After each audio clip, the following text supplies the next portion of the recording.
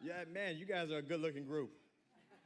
You guys are good-looking. I was looking out over the lobby there, and I was amazed at how beautiful you are and how free you look. I have a question. What world do you imagine for yourself? For your children? How about your grandchildren? What does a great retirement look like for you? This is America. In 10 years, what I imagine for myself is that I'm crushing it. A thriving business, great home, great cars, a big gas guzzling truck. Right? My wife and I going to the best restaurants and flying to visit friends. In 10 years, I imagine my children flourishing, doing better than I could have ever done at their age. Imagine the answer to that question in 1860, in 1960, in 1985. By all accounts, what they wanted was freedom, equal rights, and equal opportunity. They wanted safety for their children and a chance for their lives to enjoy their labor. Let's dream with Dr. King for a minute. The fact is, they longed for the life that you and I live today. Amen. America is a miracle. You see, the Spanish, the French, and the Portuguese, they got on a boat and they went home. In the USA, the slave owner and the slave became neighbors. We are the most successful social experiment in history, and like a tree pruned by God, America has grown into the beauty that we enjoy today. Now understand me, it hasn't always been that way, and we don't live in heaven. But if you're not going to live in heaven, you may as well live in the greatest nation on earth. Yes. USA. Now, the road to greatness wasn't easy, okay? We had evils like a king named George, slavery.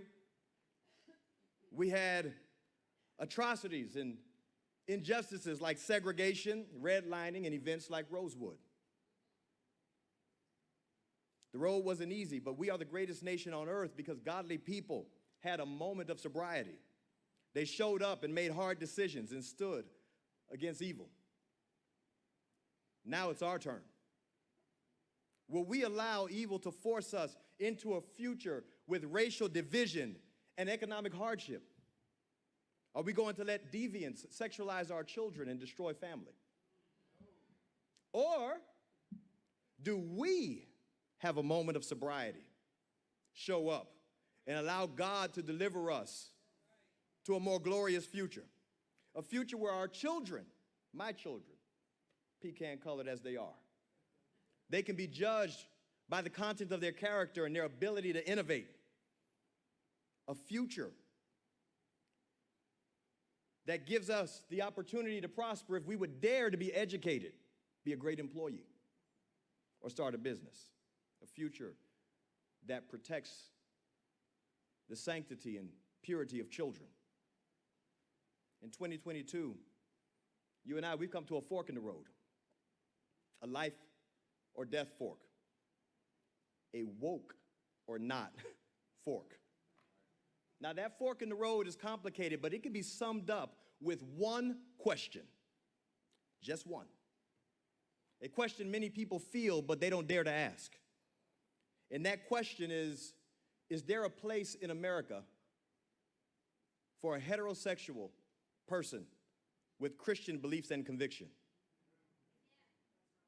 The answer to that question, how America answers that question, will dictate the future that we live in. Independence Day, Juneteenth, the 13th Amendment, should remind all of us that being controlled by government is a bad thing. It's amazing that any American will buy in to woke ideas like equity of outcome, government control of our children, and destruction of traditional family. As Reagan said, we are a nation with a government, not the other way around. Today, in America, we live life together. We shop together. We work together. Our children play on the same sports teams. and we are free to marry the flavor of our choice. Mine is sitting right there, looking like a caramel pastry. Oh, yeah. But listen, not only can we build on that daily life, I see no reason North Carolina can't be the best state in the greatest nation. We can have things like zero state personal income tax. Everybody likes that. How about a homestead exemption that protects a family's residence and parents having the right to decide what happens with their children? Maybe for a moment we can be creative and consider ways where property taxes don't have perpetual increases and punish families that decide to stay in their home.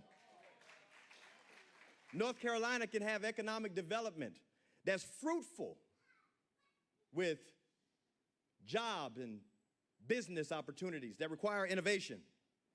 We can exemplify freedom and be a society not twisted by woke ideas that Democrat elites bring us. FYI, the school-to-prison pipeline is only alive in Democrat-led cities and states. Man, we have an opportunity, and I'm showing up today with faith in God that He's going to give America a great future. I'm showing up with hope for the future, that our families will be able to excel in it. And I'm having in my heart grow every day a furious love that crushes evil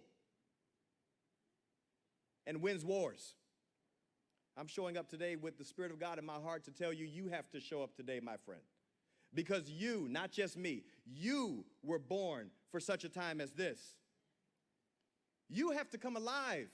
You have to win this moment for your friends, your families, and their future. My name is Brian Echeverria. I had the opportunity to go viral, CRT Dad. It's amazing what happens when you say what everybody already knows. It's amazing. I'm a husband, I'm a father, I'm a son, and I'm a grandson, a friend and a neighbor. I'm a conservative and a Republican. And without a doubt, I am the best candidate in my district for the North Carolina State House.